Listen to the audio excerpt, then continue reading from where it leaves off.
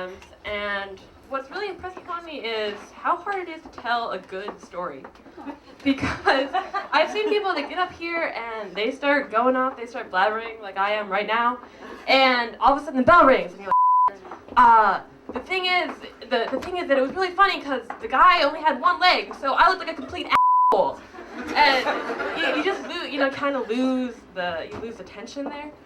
And I'm kind of surprised because I feel like the one thing everyone learns in high school English is dramatic structure. Do you guys do you remember dramatic structure? Maybe? Well, you got like exposition, you set out, you give the background, and then you have the I'm an English major, alright, maybe I should expect not so much, but you have the rising action where everyone's getting really interested, then you have the climax. But now that I think about it, I'm not surprised people don't remember, because when I was in high school, when my teacher got to the climax, we just erupted in laughter and she lost the class for pretty much the rest of the period. But if you're wondering, you have the climax, then the descending action and the resolution. But there's not going to be a quiz, so don't worry about it. Or denouement, whatever. But maybe I shouldn't expect too much of people, because I wasn't above laughing at the climax. When I was 16, my friends and I thought it was really funny. There was this gas station in Minnesota where I was growing up. I don't know if you have it out here. It's called Come and Go. Spelled K-U-M. And okay, yeah, you know it. Very good. So our idea of a good time was going to the Come and Go and trying to collect every piece of Come and Go memorabilia we could have. We'd have Come and Go lighters and Come and Go hats and T-shirts.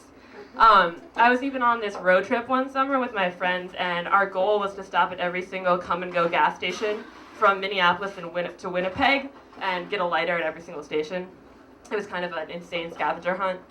And we were on our way to the Winnipeg Folk Festival, which is sort of like it's Canada's version of Burning Man, which makes it that much lamer. But we went every summer. And this particular summer, we've been going for a couple years, so we knew the roads, we knew how to get there, we had it down pat.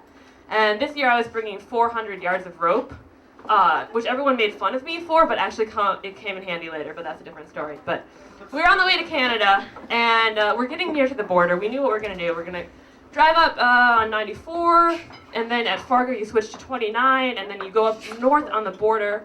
You stop briefly before getting into Canada to buy several cartons of American cigarettes, which you can then sell at vastly inflated prices to the Canadians.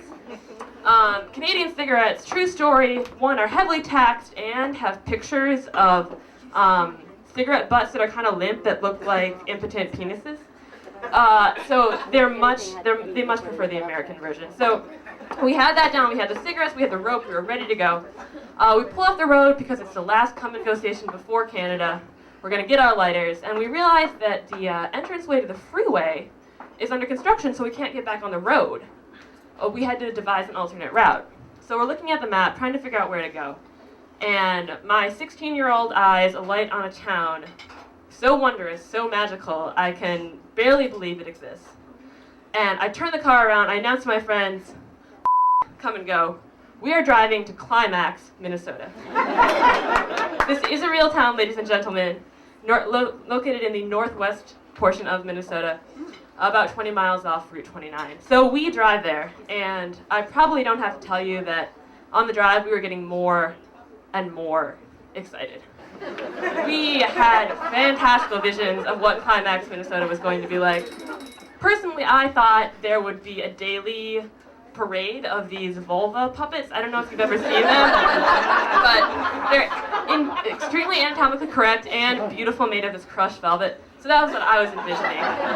So we drove there. On the way, we learned that Climax has a population of 234 people. Sadly, though, when we got there, we learned none of them has a vulva puppet.